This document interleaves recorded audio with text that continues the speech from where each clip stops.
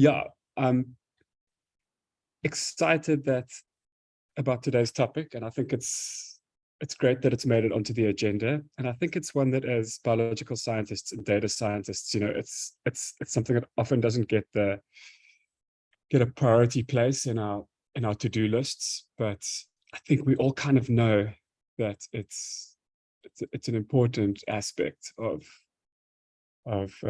platforms, especially community platforms. And so the topic for today is platform outreach and promotion. And the idea for today is to really have like an informal discussion and to throw around some ideas about, what experiences we might have had in this realm so far, but also some ideas around what might be the most effective like areas to focus on in the realm of outreach, promotion, communication. There's a few kind of different words that can be used to describe this, marketing even.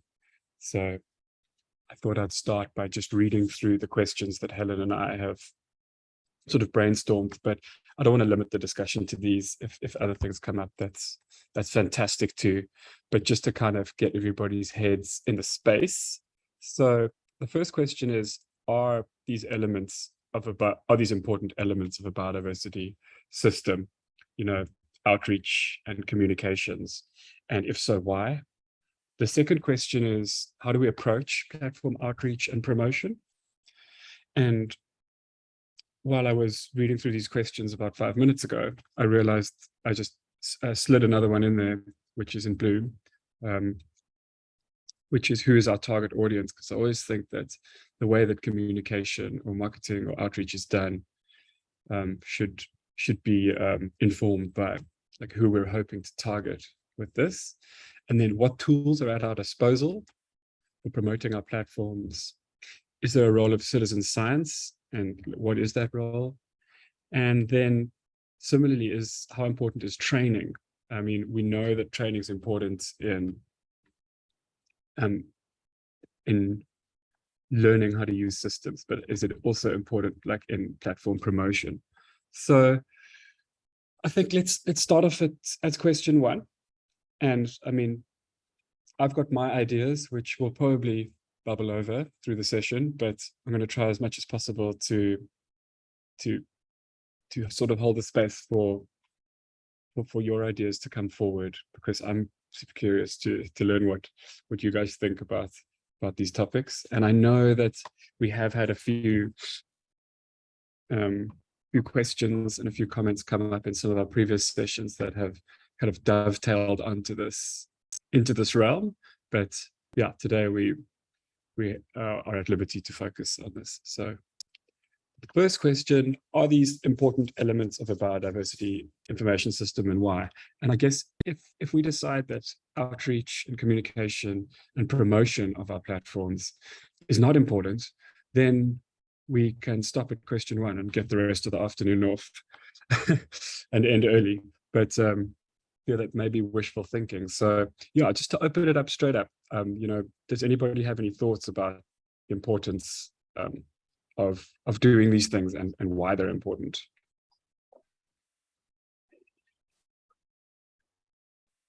Hugo, then Kate. Thanks, Jim. Look, I think, science communication and these kinds of outreaches are always a tricky one for us scientists especially. But I think it's always important to remind ourselves that at the end of the day, a lot of the decisions around, funding conservation or, these kinds of programs are people that don't speak the same language, as scientists. So it's going to be your layman type people.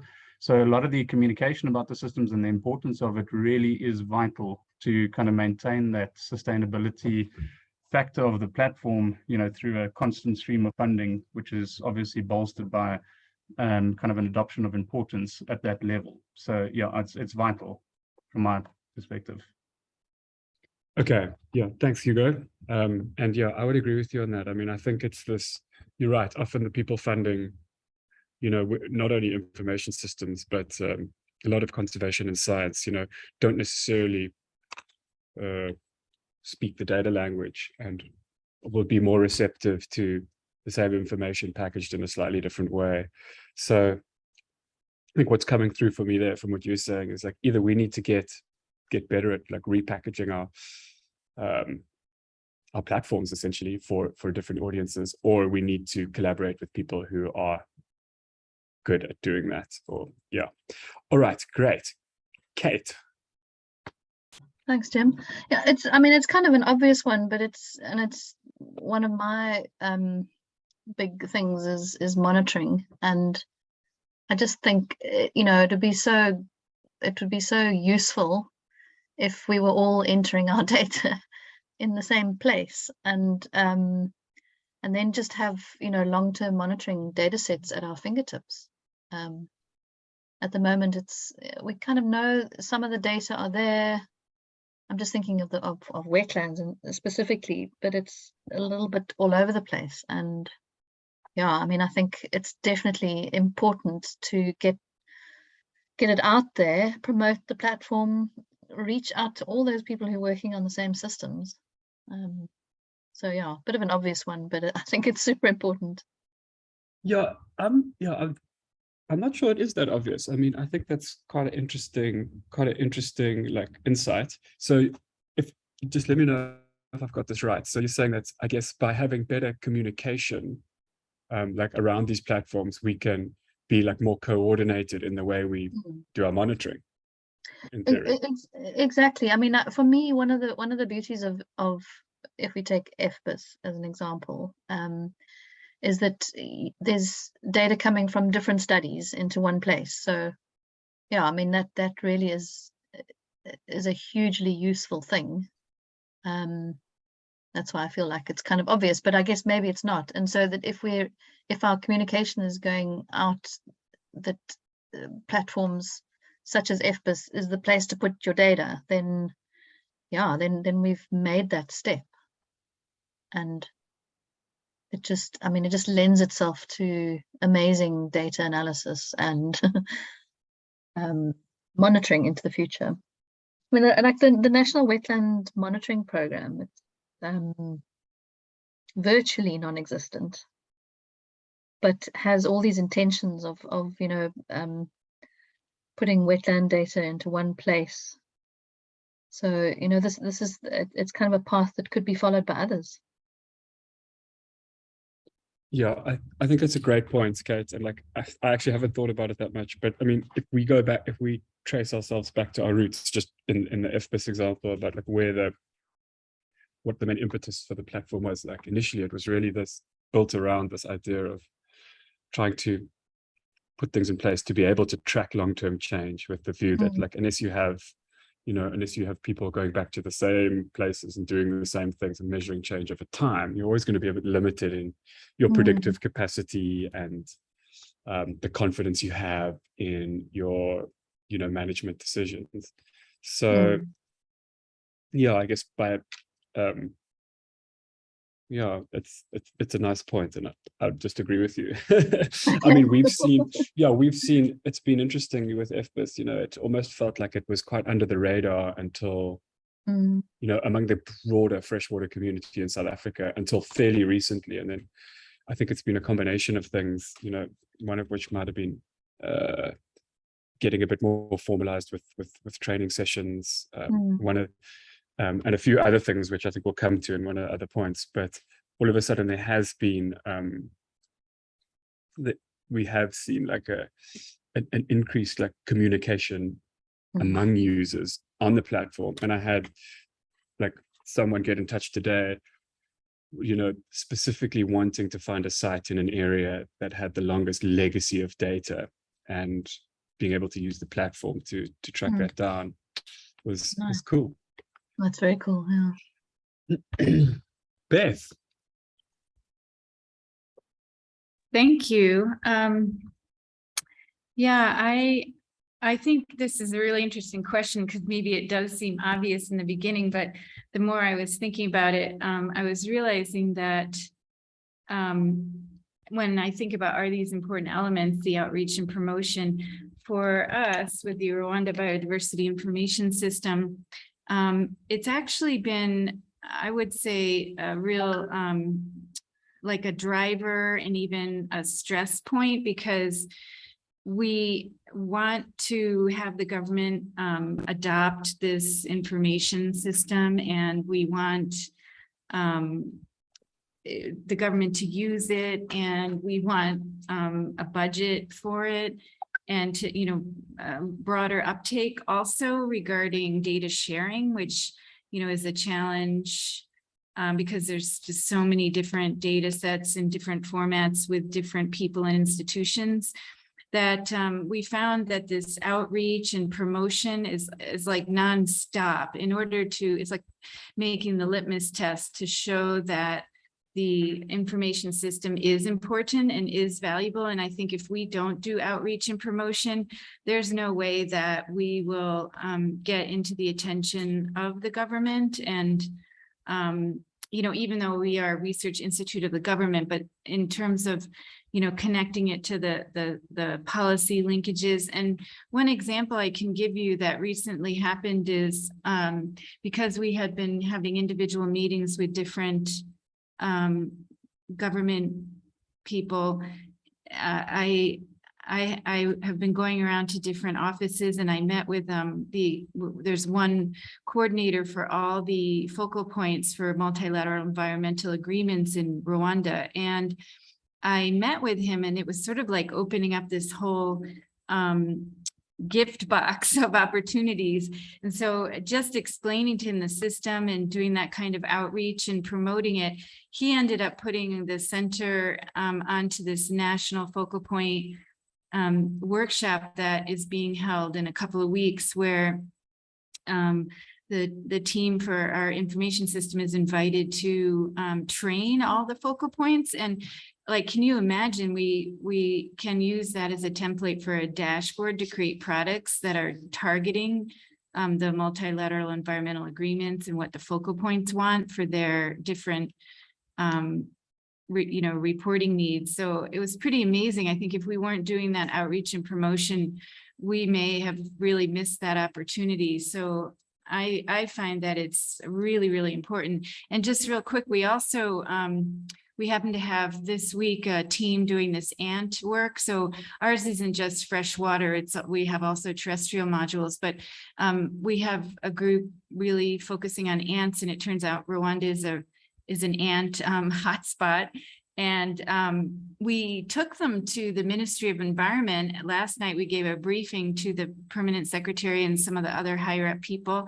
And that was also really amazing. And I saw that, like, if you think about trying to tell people about biodiversity, or you just pick a group like ants, maybe initially you think nobody's going to be interested, but people got so interested when we had the international research partners with us. And then they're asking, like, we need to become a node of GBIF because we have been struggling for Rwanda to understand and take it up. And it was like, boom, it just happened with this meeting, like an 1.5-hour meeting, where we gave them our partners made this beautiful map of the ant distribution in Africa and then in Rwanda, and it really had a big impact. And then they're like, yes, and we have the information system to hold the data. So yeah, just to say, I think that the outreach and promotion, there's a lot of creative things you can do. And at least for us, we're just really driven by this stress that the government needs to use it, people need to use it, we need money. So yeah, that's what it is. Awesome, Beth. Yeah, thank you for sharing that story. That's cool. That's definitely one of the coolest things I've heard in this series so far. So that's inspiring. I'm just like to follow on with that. How have you and your team been approaching that? Like, how did that particular connection come about? Is it opportunistic at this stage, or do you guys actually have a bit of strategy in who you reach out to and how you go about that? Were you asking me? Yeah. Oh, I think target audience. Yeah. I think it's just a lot of, we're talking and thinking about all the time. So we have the biodiversity data team, and they're always working directly with the data and directly with data holders to get them to share. And then on the other side, from there, we're always thinking about how can we convince, at least me, I'm constantly thinking about how we can get users involved. And so, and it's partly because that's what the mandate for our center is as well, the information system, but other, we have to show the science policy linkage. So I found that the ARBIS is, our system is a really good platform for talking about that. And the target audience are those institutions and individuals, like especially the MEA, the focal points for, CBD and Ramsar and all of those CITES, migratory bird. I mean, when you start thinking about it, there's just a ton of possibilities. So that has been really fruitful, but also EIA, we learned that from Sanby because they really connect the EIA process to their system. So we've been working with a professional EIA, I guess it's like an NGO, Professional Society for EIA Professionals. That was kind of redundant, but yeah, just different organizations like that. So always trying to think who could possibly be a user here, and then trying to target them. Even tourists, we did a lot of, a few months back, we did a lot of work, workshops with tour companies, because tourism is really promoted in Rwanda as, a big part of the sustainable development agenda. And they're very organized. And so we targeted those groups, and thinking about the potential that even tourists, like especially birders, could be contributing data as well. Okay, thanks so much, Beth. And I think that's a cool kind of dovetail into the second question, which you'll see I bumped up the list, because I guess you've got to know who your target audience is before you start thinking about like, how do you approach it and what tools can you use, etc. So I've made some notes already as we've been chatting, and a few things have come up, but I mean, I'd be curious to know what people think is like who are the sort of key target audiences in the sort of sphere of platform promotion. Mike, welcome. Hi, hello. Is the microphone on? You're good. Okay.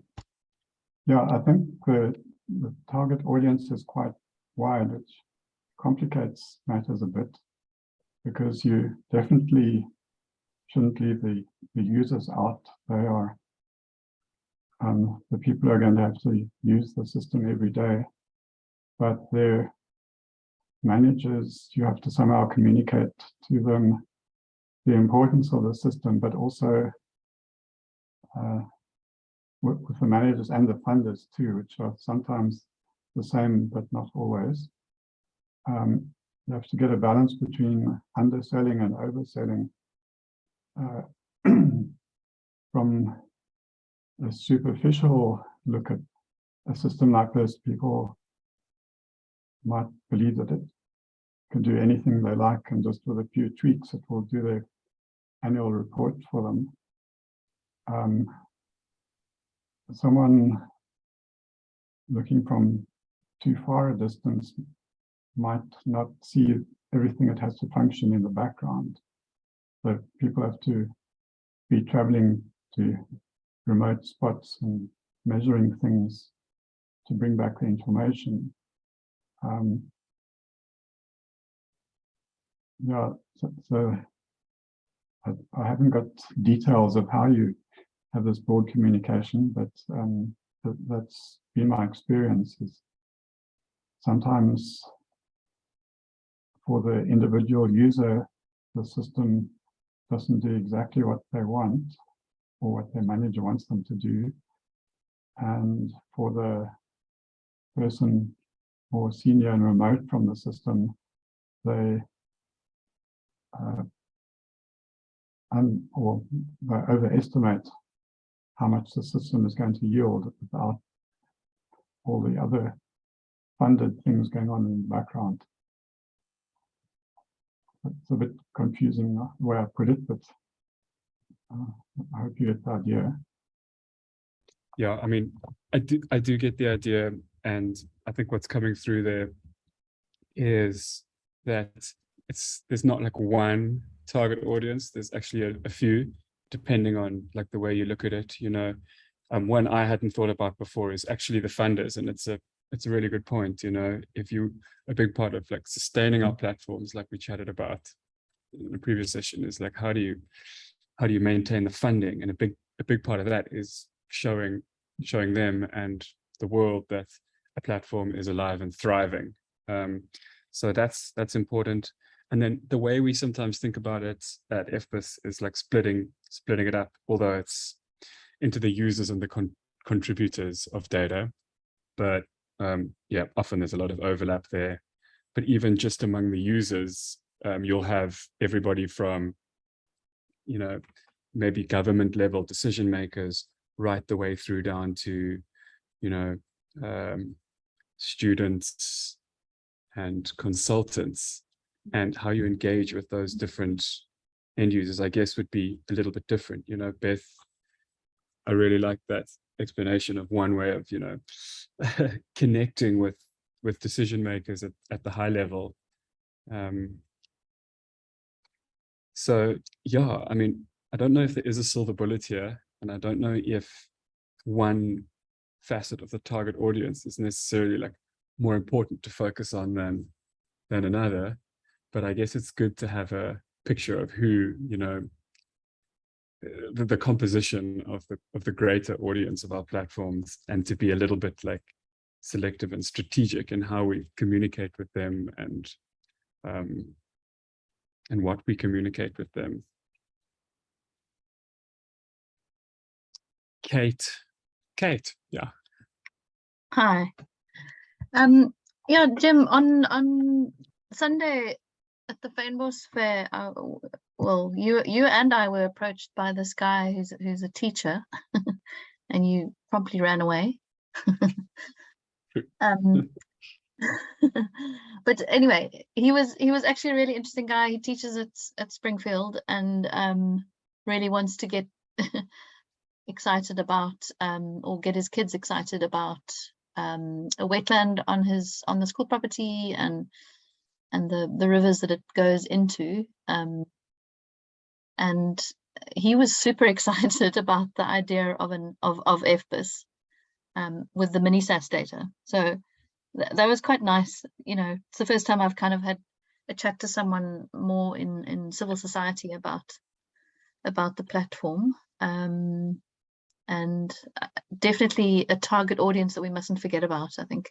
So teachers, and the thing that he particularly liked about it was feeling like he was contributing to a broader community, which I thought was quite cool.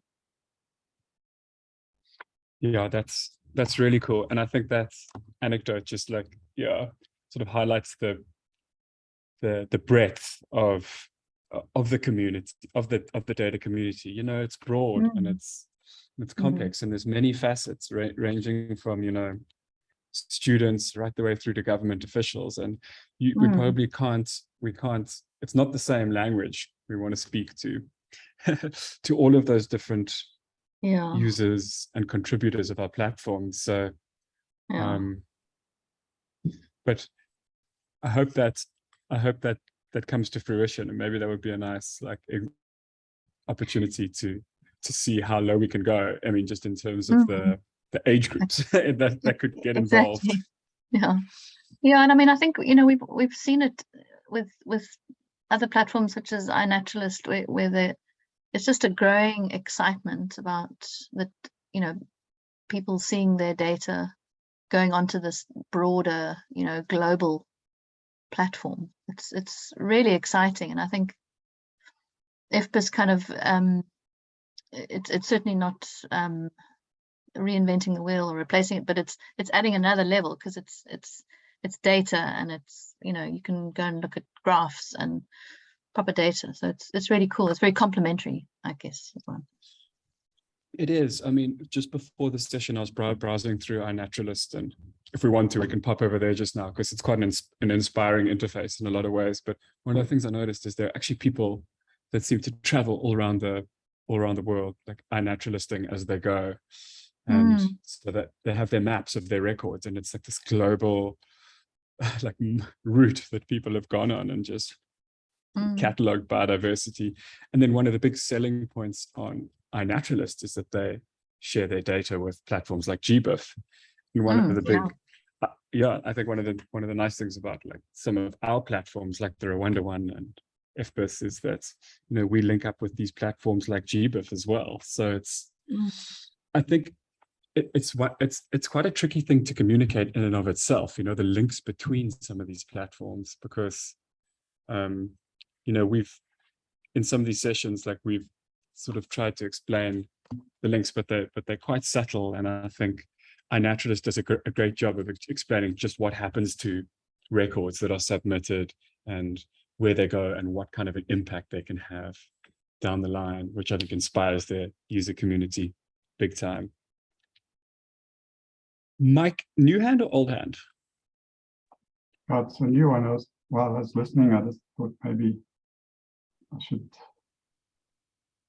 mention, I think the worst, my worst communication episode was when, without much warning and preparation, I was sent off to head office to explain the importance of the rivers database to the legal and financial services people.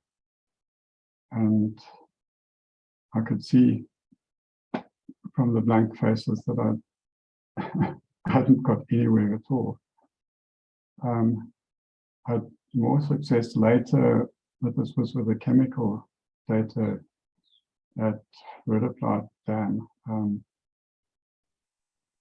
by preparing a presentation that showed the steps from planning a monitoring network to going to collect samples for chemistry, how to store and preserve these samples, how to analyze them, and also at each step showing the people who did the job. And then finally, the presentations, and what the senior people are concerned about is the report. What is the status of water quality? It still didn't stop the budget being cut by someone else, but it did make them feel worse about it.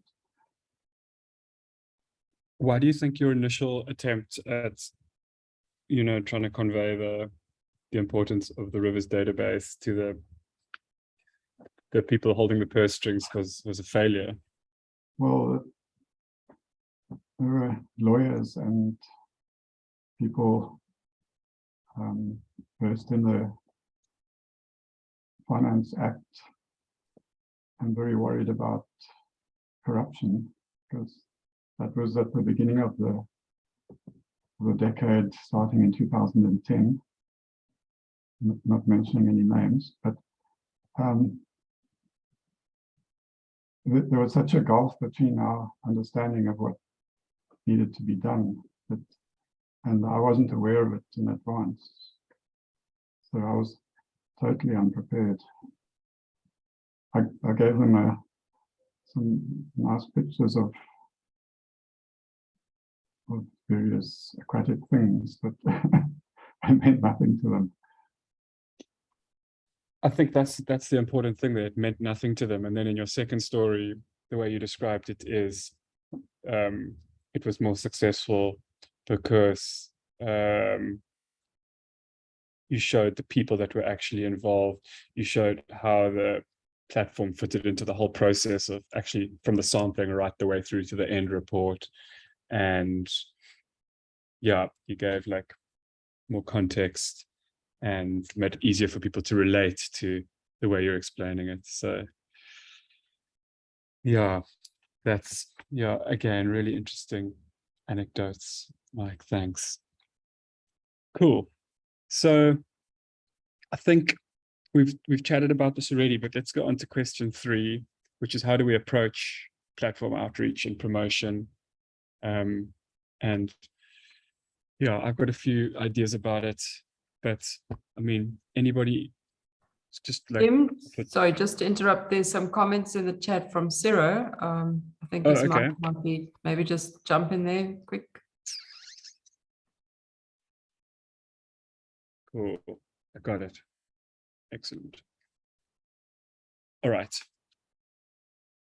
So from Ciro, important to firstly make new users know that the platform exists, and secondly, remind existing users about the platform and new developments on the platform, and thirdly, interest and reach out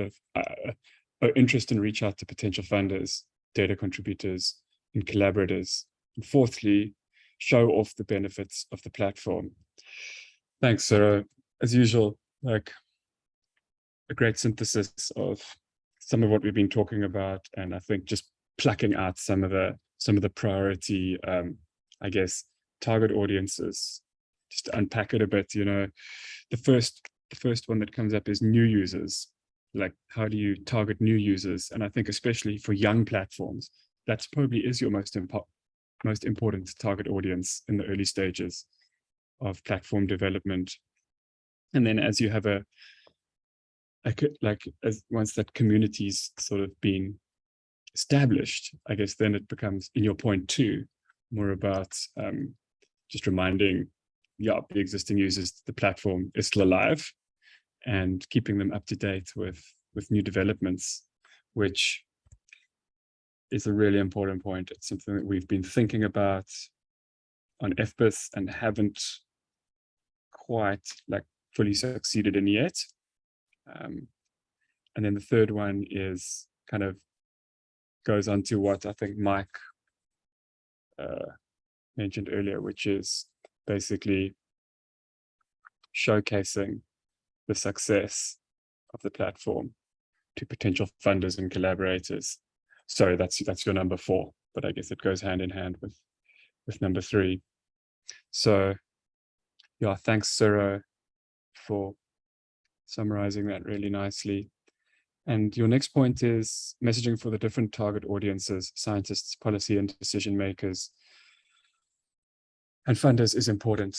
So like what that says to me is we can't just kind of randomly throw information out there. We probably need to get a little bit more strategic, whether that's in building in-house expertise or collaborating with, you know, people trained in communications to really hone in on those target audiences and really build the materials or the strategies to target them. I mean, I think in the case of FBIS, we have all the right intentions to do that, but the realities of finding enough time and money to really put the resources into this outreach that it deserves is really, really challenging, especially when you've got small teams. So Ciro, I hope I've kind of captured some of your main points from the chat, and feel free to add more. We'll keep an eye on it. And then from Jackson McClay, how can we be a part of the platform and what are the requirements? Well, Jackson, welcome. And yeah, basically there are no requirements for joining these platforms. Just sign up. And we can put a link in the chat for you. So I see Tony's popped up in the chat, sorry, in the room, which is great. And for those of you who don't know, Tony's been very involved in iNaturalist for many years and has been injecting a lot of energy and experience into the platform. And I think, you know, he's one of the big reasons for the success of iNaturalist in South African context. So I think, Tony, if you wouldn't mind, it would be really great to hear from you, you know, from your side, are there any lessons learned that you could share with our communities about what's worked the best when it comes to engaging with your platform users and, you know, reaching your data communities around the iNaturalist platform in South Africa? Where do you invest most of your energy and what works best? Talk about being put on the spot. I wasn't planning anything. I think what's important about iNaturalist is that one gets lots of feedback. So one can put something on and one gets identifications and one gets advice, one can join projects. So there's a lot of interaction. It's not just a static site where one's putting data onto a site. And I think that communication is essential. And I think that's probably the success and the appeal of iNaturalist. And you can put on something you don't know and you get some feedback out of it. Yeah, that just self-sustains it, I think. Plus, then we do have competitions. We've got the Great Southern BioBlitz, which is at the end of the month, the last weekend of the month, and where all cities not all, many cities throughout the Southern Hemisphere will be taking part in going out and doing BioBlitzes. So, yeah, it's that feedback that's important, and it's a matter of engaging your audience and keeping them going and enthusiasing them and getting them to go out and get more people. In a summary, I think that's why it works.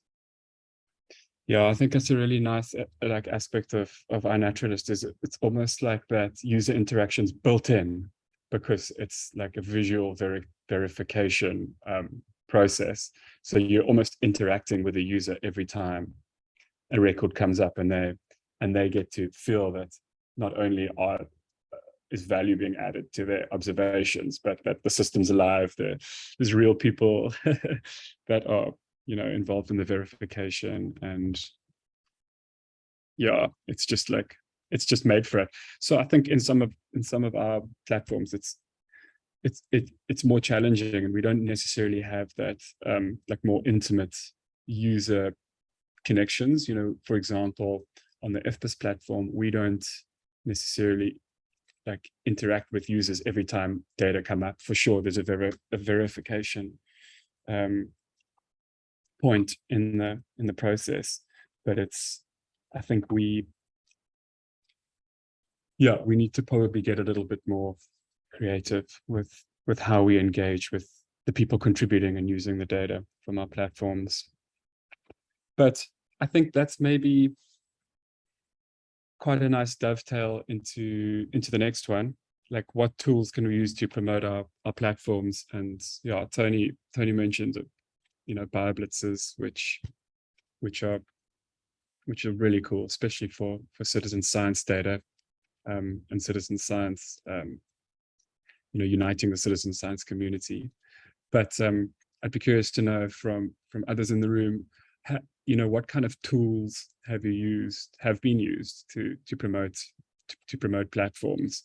And this can be like anything. Don't pigeonhole. Like, I'm not going to say anything because I don't want to influence people, but yeah, I've got some ideas, but I prefer to see if there's any from the group.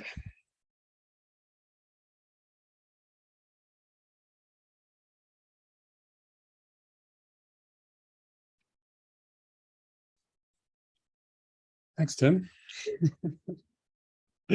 Great suggestion. Remind me to follow your TikTok account. So that's not a bad one. So Tim started us off there. I think social media probably, as much as most of us have probably a bit of a love-hate relationship with it, I'm sure it has an important role in communicating with our audiences.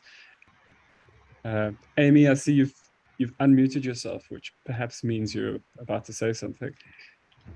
I was just chuckling at your social media comment because I enjoy social media and interacting, etc. But it is important to be on the right social media because, for example, you could put something out on FBIS and someone will see, oh, well, that's cool, but it's not quite like the target. Whereas something that's more professional, like a LinkedIn or even a ResearchGate, would be more ideal for something like this, where you actually, people who are scientists, who are professionals, who would be interested, get that information on those platforms. So I think it's important to consider what social media you're on or what platform you're on before you even start in the social media journey.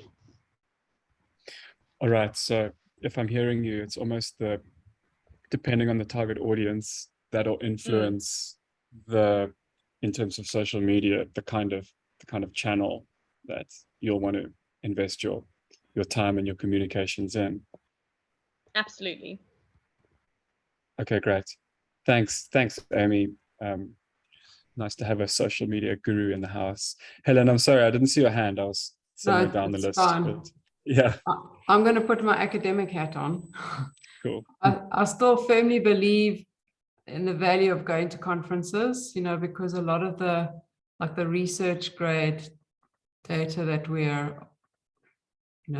wanting to get in a platform like FBIS, and students that, you know, many students, you can get the lecturers on board at universities through the academic conferences, and not just conferences within your own field, but, you know, a broader conference like, you know, water quality or Integrated Water Resource Managers Conference, you know, that sort of thing. I think that's a really powerful place to capture a whole host of people in a small space. And there's always both a formal presentation and then informal engagement during a conference always results in really, in my experience, good returns. And then the other is just, you know, regular, I guess, news blogs, not necessarily on social media, but like linked to the platform. I know you do it a lot in Arbis, you know, in terms of Beth, in terms of activities that are done. We do it a little bit less in FBIS, but I think that's also a good way to keep people updated. And the point of CIROS, you know, in terms of making your end users aware of new developments, I think that's really important because it keeps people excited and it keeps them, you know, up to speed with what's happening. Thanks, Jen. That was my 2 points. Great. Yeah, that's has quite a lot in common with the notes that I'd made on that section. So I think covered some good points there, Helen. I'm going to jump over to the chat before I come to Kate's yellow hand. But Beth says that at Arbis they do use social media quite a bit. They periodically do campaigns and send out little stories and photos about the information system and what it can do. Sarah says that a picture's worth 1,000 words. Pictures at iNaturalist speak volumes and capture one's interest instantly. What is the most important aspect or aspects we can use to appeal to the audience? Catchy pictorials, infographics, graphs. Yeah, Sarah, you know, I think you're asking the right questions there and drawing inspiration from platforms like iNaturalist, which are incredibly successful at engaging their target audience. And I think I don't think we need to like answer, you know, come up with solutions all right now, but more just to make the points, make a note of, you know, what is the most important aspect or aspects that we can use to appeal to our target audiences.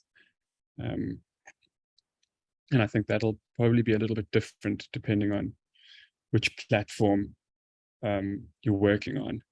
But I think it's really trying to understand the platform from the perspective of the user, from the perspective of that person who's out there collecting data and contributing it, or the perspective of that person who's potentially going to access the data and use it. So some really nice points there. And Jackson points out that you can use posters, banners, infographics. So yeah, the choices are endless. And I think we do live in a time where we do have this almost overwhelming range of like different brands of basically media at our fingertips, and it can be overwhelming.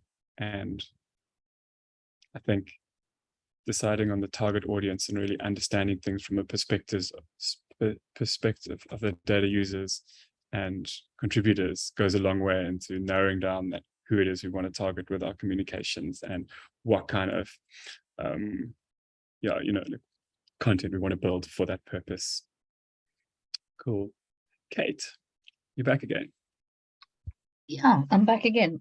I was just thinking that there are a couple of websites that we, in putting my consultant hat on, that we go to quite regularly, and it would be quite nice to have a link directly from those websites, if it's possible. I mean, I don't know whether, in fact, this is a question.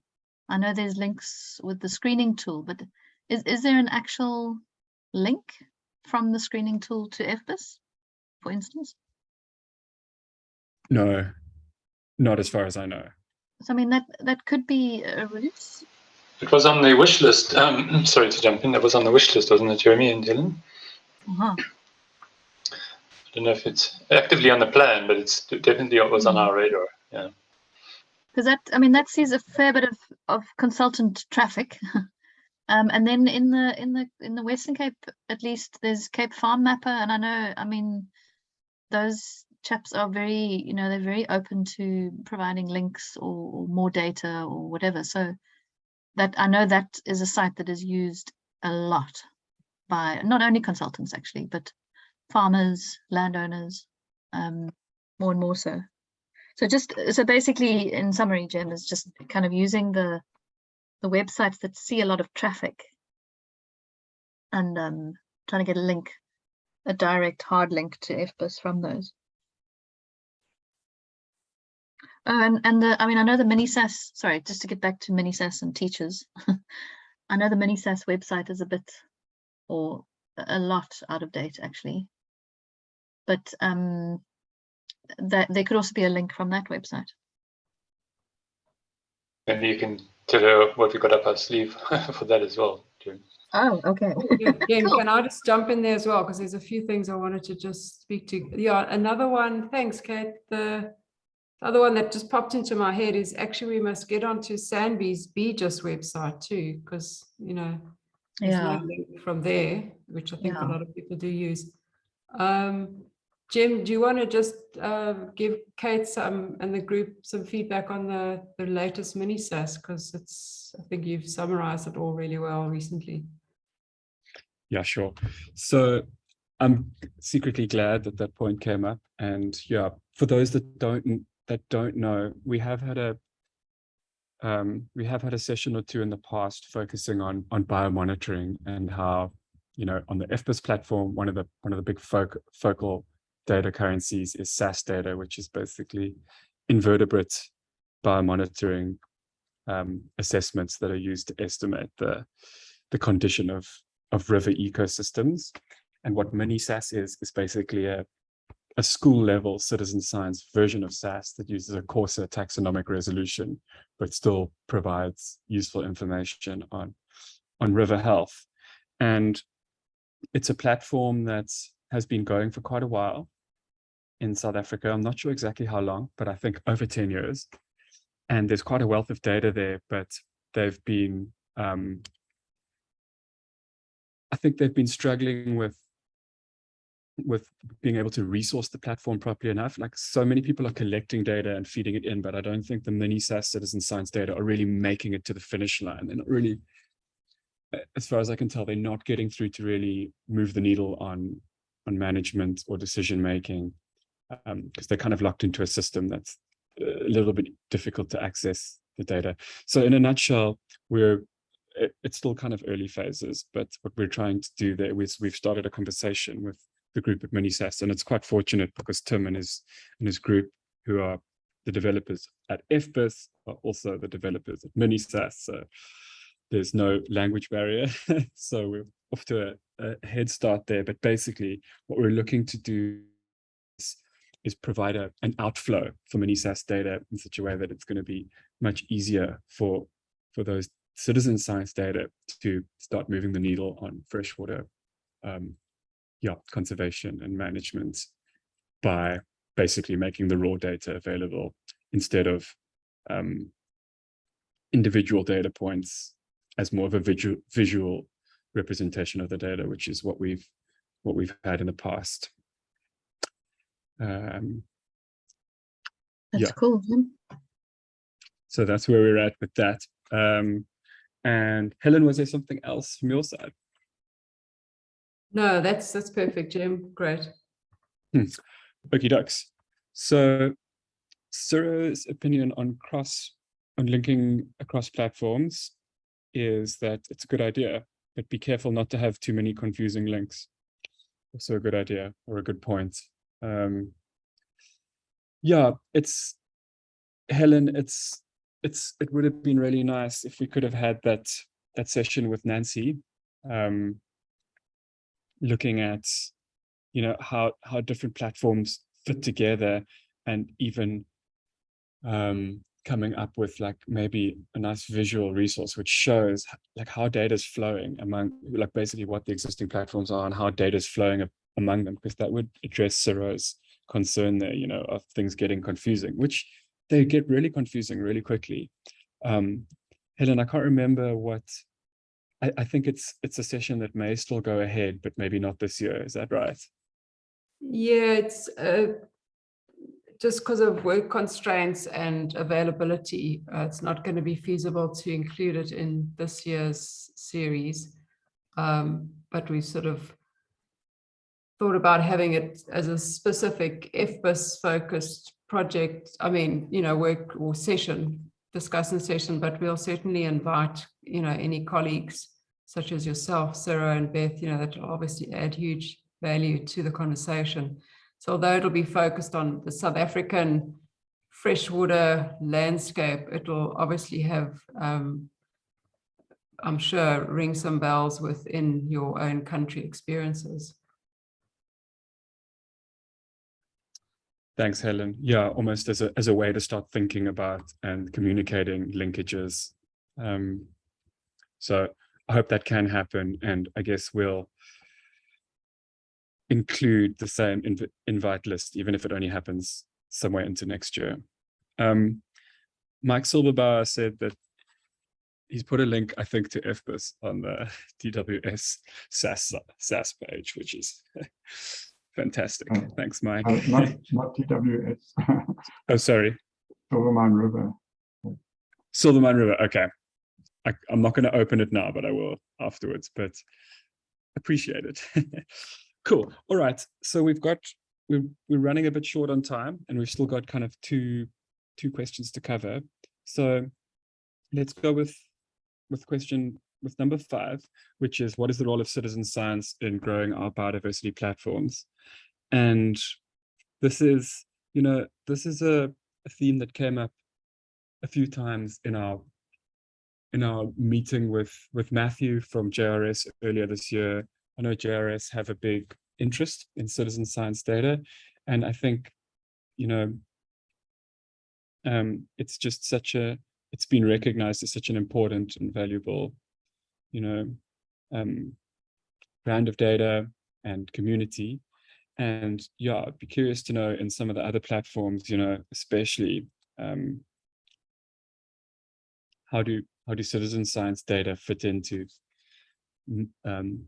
our platforms, and how do we engage with citizen scientists, if at all?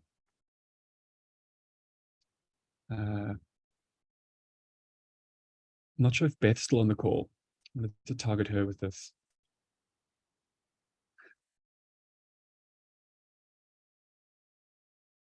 All right, but yeah, I'll open it up. Any perspectives on the role of citizen science in our data platforms?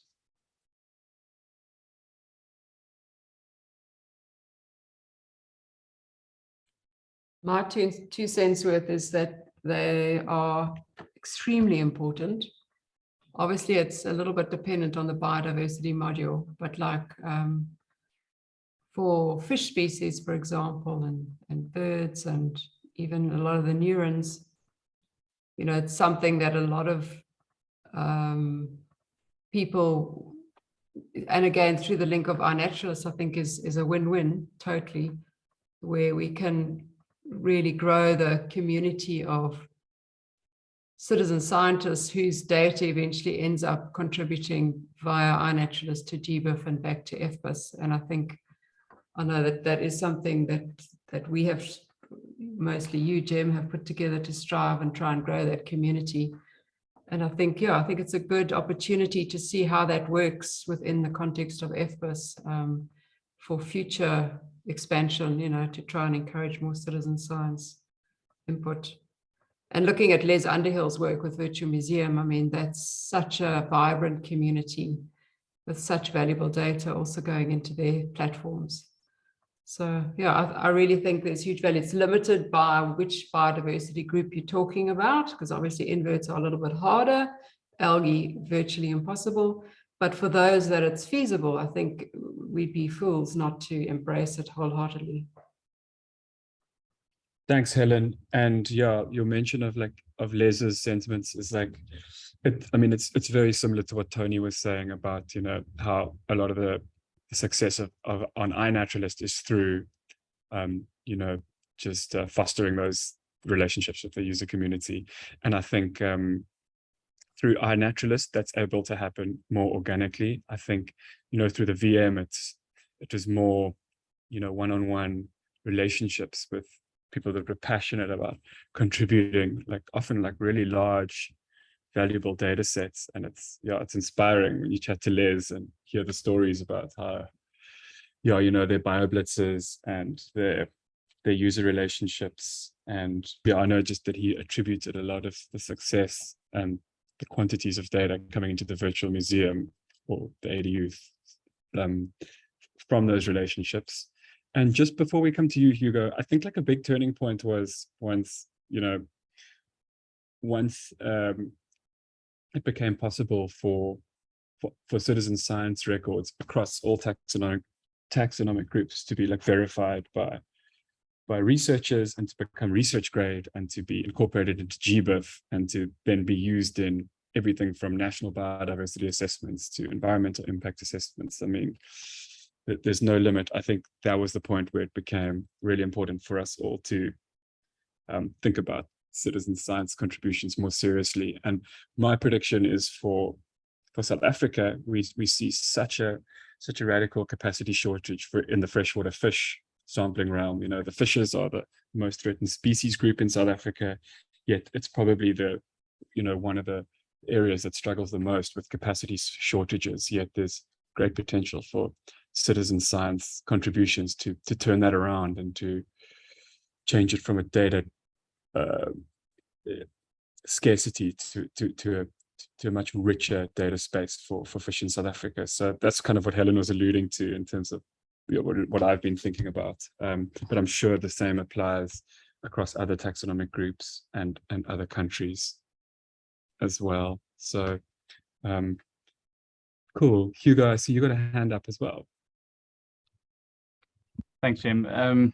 Yeah, so I think for us it's very difficult trying to find these kind of hooking points because we don't have the sexy fish and birds and the things that generally citizen scientists enjoy getting involved with. But funnily enough, what came from the development of the mobile application Flow Tracker is we heard that there were people actually using it for checking river flows, before going fishing or canoeing. And I mean, there is a potential then to get citizens, involved in taking pictures of gauge plates for verifying river flows. So we do have opportunities, but it's, I think, a little bit more difficult finding that symbiotic relationship. But I suppose if people rely on the river flows for canoeing in other areas of South Africa, it could be a bigger thing than it is now. But yeah, I mean, I think, the biodiversity aspect with the birds and the fish, I know of plenty people that aren't scientists that are absolutely obsessed. I mean, my dad being one of them. I mean, he submitted hundreds of surveys. So I think the role of the citizen science is obviously huge. I just wish there was more ways in which we could potentially, the more management-oriented platforms could involve them as well. Finding those hooking points. So yeah, that's just my comment. Yeah, Hugo, I think I don't know. A thought that came into my head is maybe, I mean, we're in a time of such rapid change of artificial intelligence. And as AI algorithms get better and better, maybe we're not that far off from citizen scientists being able to contribute more detailed data more easily, to be able to take a photo of that weir and then some algorithm computes it into QMX or something like that. But I'm sure we're also not far off from, I mean, I know iNaturalist. Yeah. Sorry, I mean, even one thing that became apparent, I mean, there's someone in Hartbeespoort who's got an online water purification shop, that sells all that kind of stuff. And I was chatting to him and I was amazed to find out that every single client sends water to be tested from their borehole, before they design the system. And I mean, that's essentially like a massive data set just waiting to be collected across South Africa for all the people, that have boreholes. There's all these untapped sources that, if we had engaged properly, maybe even be it in the kind of private sector in terms of, not industry, like shops and things like that. It doesn't have to be the individual. But yeah, there's plenty of ways we can get them involved. Wow. Hidden treasure there under the borehole. That's actually such a good point. I'm going to write that one down about the boreholes, because there's a very cool site that has been developed in the Western Cape. So it's a groundwater dashboard, and it's all the boreholes in the city of Cape Town area, I think. I can't recall now if it goes beyond that. I don't know if you've seen it, but it's quite a cool website. You can look at water chemistry, groundwater chemistry, and groundwater levels in all the boreholes that are being monitored. But that's such a good point about getting the data. Yeah, that's awesome. And I mean, also because these tests are being sent to accredited labs for SANS approval, I mean, it's like a full spectrum analysis. Yeah. Huh, that's a good point.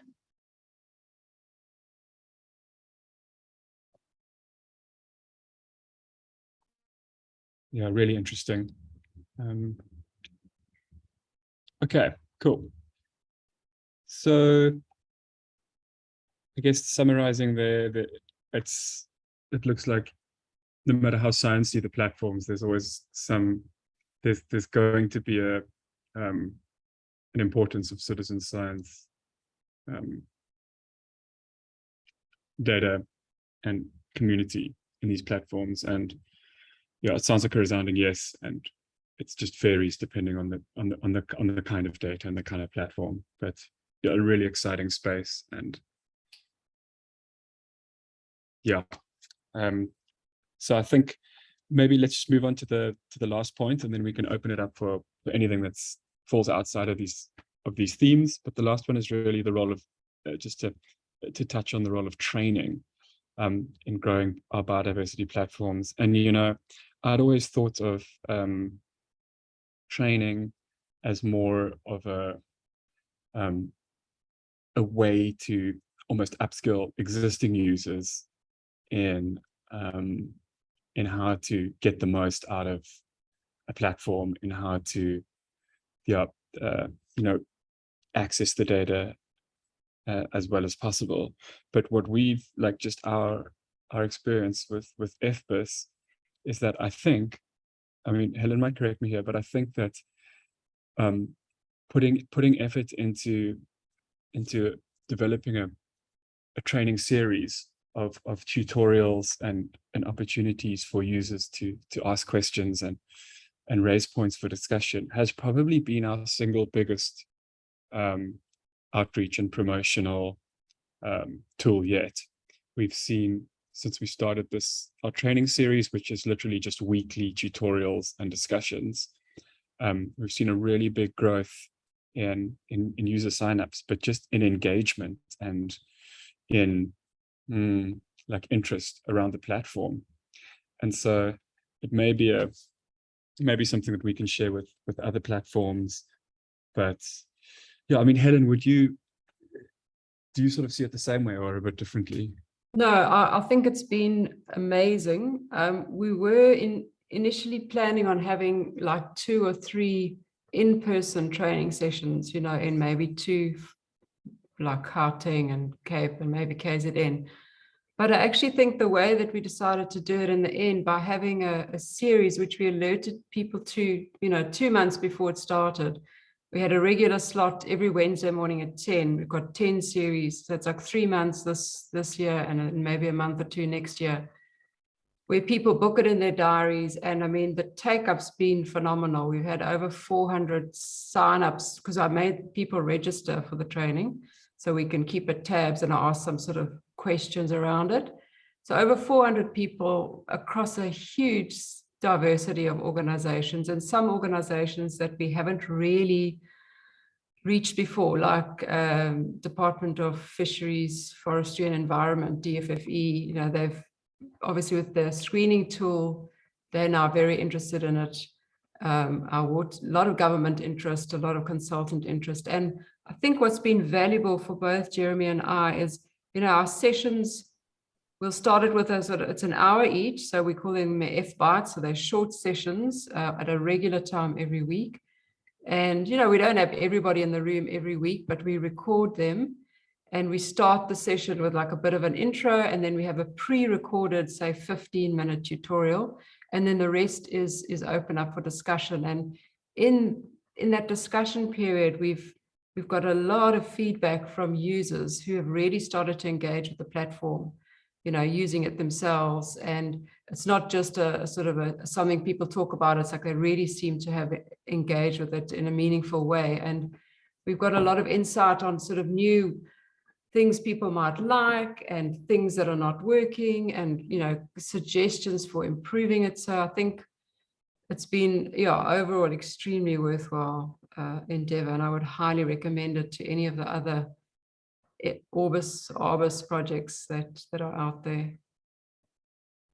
Yeah, thanks, Helen. I agree with everything, and the only thing I could think of is that we probably should have done it sooner, much sooner. But yeah, it was great. Matthew from JRS really prodded us into doing it, you know, early-ish on in our project, rather than at the end, which is the tendency, you know. Well, start training people once the system's done. But yeah, like Helen said, it's actually a great way to iron out the kinks and to grow the community. Who would have thought? Jeremy? Is that, sorry, I was gonna, oh, hey, Matthew, how are you doing? Hey there. Listen, I just wanted to support your point. You know, when we look at the projects in this sector, you know, one of the failings over the years has been exactly that the platforms, however sound and however well managed or well conceived, without the outreach, they simply don't have the user depth, right, and the user commitment and engagement. So that's why we, you know, and I realize we really hammer this into our grantees, and I'm slightly apologetic to that, but we really have seen a vast difference in results since we kind of insist, no, do the outreach from the beginning and throughout. So it just makes such a difference. Thanks, Matthew. Yeah, and thanks again for prodding us into doing that as well, because I think it's been really helpful, not only for, you know, engaging with the community, but for us tightening up loose ends in our platform and having fresh eyes to point them out to us, which we probably didn't expect. I mean, our developers now have more more tickets to cope with on the technical side, but I think it's a good thing to have that early. So yeah, thanks, Matthew. I've sort of lost track of the chat a little bit, but Helen, has anything jumped out to you from the chat that you think we could discuss? Yeah, just really no insight on things that are already discussed, you know, like around citizens and hydrology. So I think it's all in the chat. We can capture it in our sessions, and Mike giving a thumbs up for the training sessions. I think you've been in them, Mike, so thanks for that. Great. All right, cool. Well, I think that's a nice place to leave it. Probably we've gone a little over time, so I apologize for that. But it's been a nice discussion, and yeah, I think Helen's mentioned it in the past, but it doesn't end here. Like what we do is we'll like we've got a recording of this and our previous 5 sessions, and also the sessions to come. So what we try to do is to pluck out the important nuggets from the discussion and to organize those into a document which we will be sharing at the end of the series as well. So there's in this one, I think there's been quite a lot to take note of, and hopefully we can consolidate that in a useful way.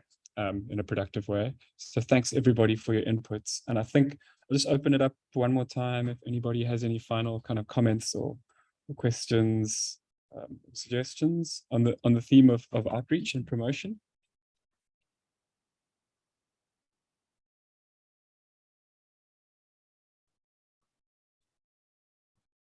Alrighty, and I think let's leave it there. And yep, thanks everybody. And our next session is in 2 weeks' time, if I've got that right, Helen. And it's the focus is on taxon lists.